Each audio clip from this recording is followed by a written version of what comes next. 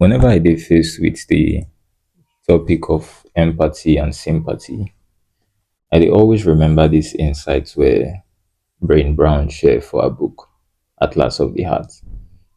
She share for there say people don't want to be pitied.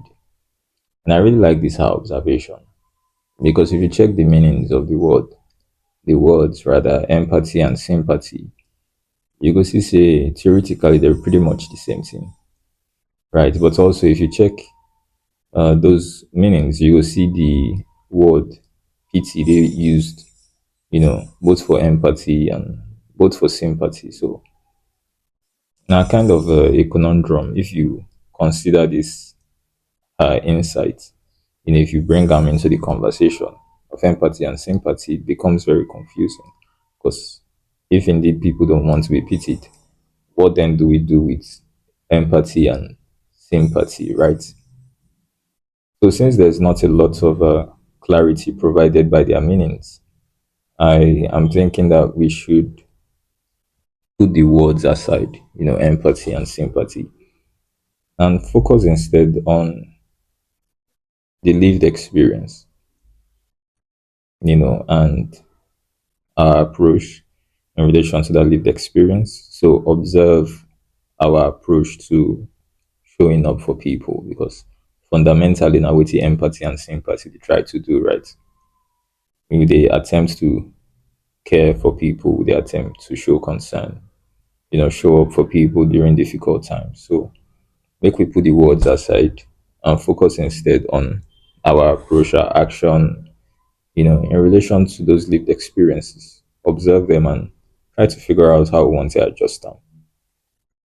But first of all, the reason why we dey talk say make we know pity people now because if or when we dey pity people, there is a separation that happens. We dey separate ourselves from them and we dey alienate them in a way when our way we take the show up in those times now, oh, I dey pity this person. We dey alienate them, we dey separate ourselves from them. And it's very easy for things to slip into this hierarchy dynamic between us and them.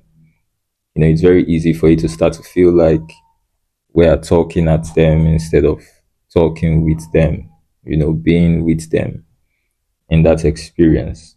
It's very easy and it's unintentionally, right? It's very easy for it to flip regardless into that kind of feeling, into that kind of experience. But now yeah, observing that lived experience feel really help us. Observing our approach to showing up, right? Our actions to sort of see how we take they affect the person. So the approach where we choose to take show up for this person, observe how it dey affect the person. You know, it dey cause the person to shrink. You fit tell from their body language. Their approach is it causing them to shrink and reduce themselves, become smaller. Do they seem like they're embarrassed? You get are they avoiding to look you in the eyes? Are they avoiding eye contact? Eye contact is not compulsory, especially in times when people are experiencing something difficult. But if you notice, that they are struggling with that, then it is possible that in here they are in a place where they feel like they are lesser than you in that moment or in that experience. So if that is true or any of these other things are true, them shrinking themselves, them feeling like they're embarrassed, there are possibly, I believe, other examples.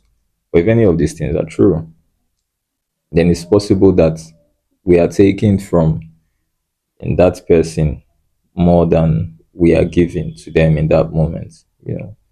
Again, unintentionally, but it is possible if any of these things are true, it's possible that our approach to showing up for them is taking more from them than we are giving in that moment. Because ideally, when we dey show up for people or when we try to show up for people in any way, it should feel like a human to human interaction between people who are equals. It should not start to feel unequal in any way. My name now is Sas, and I will see you for the next video.